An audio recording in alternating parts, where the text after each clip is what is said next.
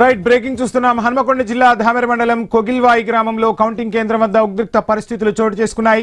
అరగంట సేపు కౌంటింగ్ నిలిపివేశారు అధికారులు.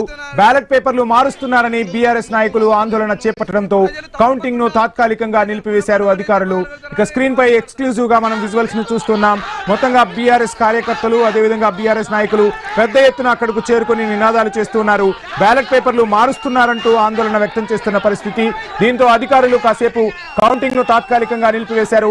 ఇప్పటికే అరగంట పాటు కౌంటింగ్ అయితే నిలిచిపోయిన పరిస్థితి కనిపిస్తోంది. సో మొత్తంగా పోలీసులు అక్కడ పరిస్థితిని సద్దుమనిచేందుకైతే చర్యలు తీసుకుంటున్న పరిస్థితులు అయితే కనిపిస్తున్నాయి. కానీ బ్యాలెట్ పేపర్లు మారుస్తున్నారంటూ కొగిల్వాయిలో బీఆర్ఎస్ కార్యకర్తలు పెద్ద ఎత్తున నినాదాలు చేస్తూ ఆందోళనకు పిలుపునిచ్చారు. గుణపాఠం అనేది చెప్పగలుగుతారని మాట్లాడుతున్నాం.